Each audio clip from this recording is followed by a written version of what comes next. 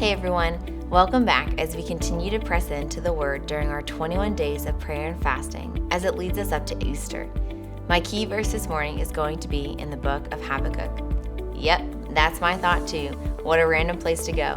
Now you see, me and Habakkuk, we ain't exactly homies. So as I was wrestling with the Lord, asking him what he wanted me to communicate from this passage, I stumbled upon a few things that I believe will help everything click together a little bit better for you and me as we wrestle with this passage. You see, Habakkuk is an interesting prophetic book because as the readers, we get this window into a conversation between Habakkuk and God, and we see him ask God some very raw questions about the nation of Judah and how they are clearly living in ways that aren't honoring God. And then we see how God answers Habakkuk's questions.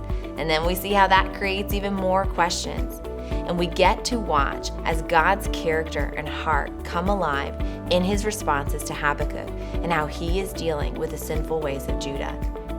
So let's read our key verse for today. It's going to be found in Habakkuk 2:20. But the Lord is in his holy temple. Let everyone on the earth be silent in his presence. That 6-letter word has made me wrestle with this verse much more than I wanted to, if I'm going to be honest. Silent. Let everyone be silent in his presence. I don't really like this. See, I picture it as if you and I were getting ice cream at an ice cream shop. And it's our turn to pay, and we go up, we pull out our wallet, and the cashier says, "Oh no, the person behind you has offered to pay for everyone's ice cream." And then we make eye contact with them. We stay silent, and then we just go find a table and we sit down and we enjoy our ice cream. I don't like that. Now, I'm an awkward person. I know that already. Small talk makes me even weirder. But despite how awkward I am, you better make sure that interaction right there, I would never remain silent. I would always go and thank the person who paid what I had owed.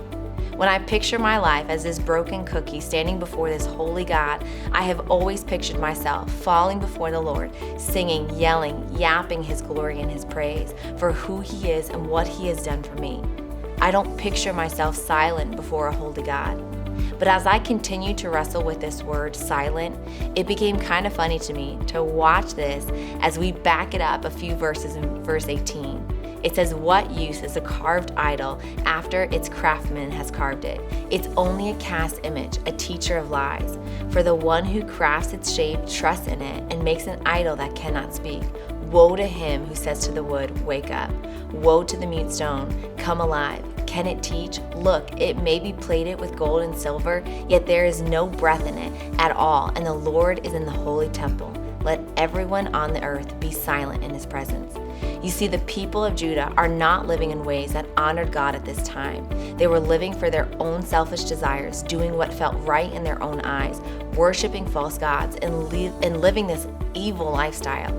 And God is making this contrast here. These are people who are calling out words from what was designed to be silent. Rock and stone, they were not designed to speak. They have no breath inside of them. They are dead. And yet this is what the people are placing their trust in right now.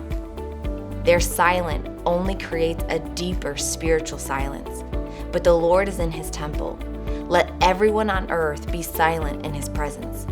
See, the use of the word silent here is more of a reverence. The holiness and the greatness of God is almost so overwhelming that it leaves us speechless and in awe and wonder of who he really is.